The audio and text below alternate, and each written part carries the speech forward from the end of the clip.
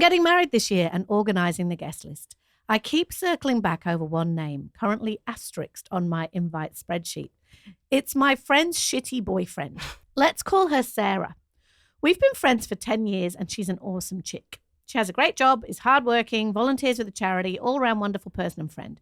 Given that, I'm constantly baffled by the complete deadbeats she's dated since I met her. She's been seeing someone for the better part of a year. He would describe himself as someone who likes a good time. I would describe him as a liability. He recently got wasted at a dinner party at my house and vomited in the bath. Oh, fab. Even though he wouldn't admit to it. If he comes to my wedding, I'm nervous he'll embarrass himself, my friend, and me and my fiancé. Oh, Sarah is not a bestie bridesmaid, but I would definitely describe her as one of my good friends. So I feel really complicated about not giving her a +1. What should I do? This is not complicated. Tell us. It's not complicated. I'm going to call Sarah's temporary boyfriend, Fred. Fred's not coming. There's no way in hell Fred is coming to this wedding. It is simple. Line in the sand. Firstly, how do you do that, though? Okay, how do you tell Sarah that Fred can't come? You don't tell her. You send an invite that has no +1, that does not have his name on it, and you say, you're invited, Sarah, to my wedding because you're great and I love you. And then if she comes back and says, hey, why can't my dickhead come? Then you say, well, I've had to be really strict with numbers. I don't care if you have a wedding with 100 or 400 people.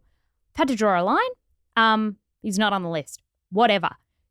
Like, this is not, you are organising a wedding. There is a lot to do. There is a lot to consider.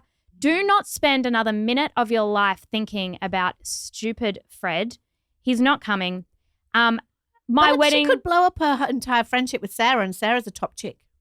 Well, then Sarah doesn't deserve to be your friend. Sarah also needs to take responsibility for her own dickhead. Yes. Like, if she's going to bring a dickhead around and he does dickhead things, then she needs to be respectful of the fact that it's her who's being the vessel to bring this person into other people's lives. I have said this, me and my partner have said about other people with dickhead partners. You get to choose your dickhead.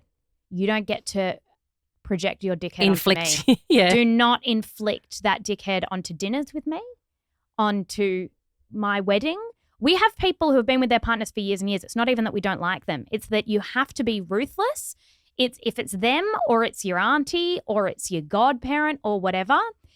We had a policy that was when we're standing there and there's a ceremony and you look around, firstly, we want to know everyone who's there, and you don't want to look around and feel as though the moment is stolen or undermined by someone that you don't even care about. If he has behaved like that at dinner parties, your instinct that he will embarrass you at your wedding is probably spot on, and that is not a distraction you need on your wedding day. Isn't a drunk dickhead at a wedding just a necessary ingredient at a wedding? There'll be enough of It's those. a good story to tell later on when you're not angry about it anymore.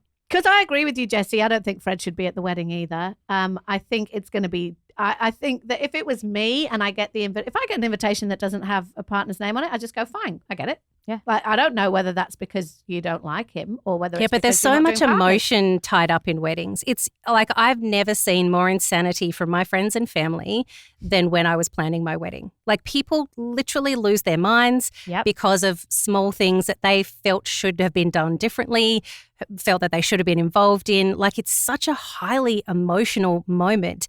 And it's so odd that people still put so much on a wedding like this. Like, it seems so strange to me that people cared if I had a bridal party or not, or that, I didn't want a cake. Like, people are so emotionally attached to these finer details. But I feel like, and I've had a situation where one of my very, very good friends has had her own dickhead. And luckily they broke up before my wedding. So this wasn't an issue for the wedding, but it was an issue for many other things in our lives over the years that she was with him. And lots of things happened of his dickheadish behaviour that eventually I thought, you know what, I've done enough. I've put in enough to try and be okay with him. I've put in the effort to befriend him, and still he acts terribly around me. So I thought, yep, this could probably blow up my friendship, but I'm just going to become more and more resentful towards her anyway if I don't say something. So I took her aside, and this actually happened directly after she asked me to be in her wedding. She was actually engaged to this dickhead at one stage. And I said, can I think about it? And when I went away, I was like, nope, I can't do this. I have to be honest with her.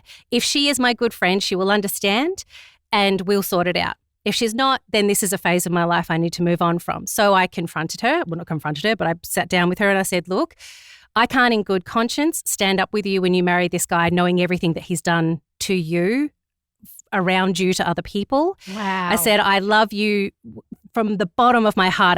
I just truly adore you, but I can't in good conscience stand up next to you and watch you attach your life to him. Wow. I understand if you're upset with me. I understand if you don't want to talk to me. But at this point, I think I've got to be really honest with you because you are truly one of my best friends. And I don't want to see you hurt, which I feel like is going to happen if you get married to this guy. So it was a moment where we kind of stared each other down.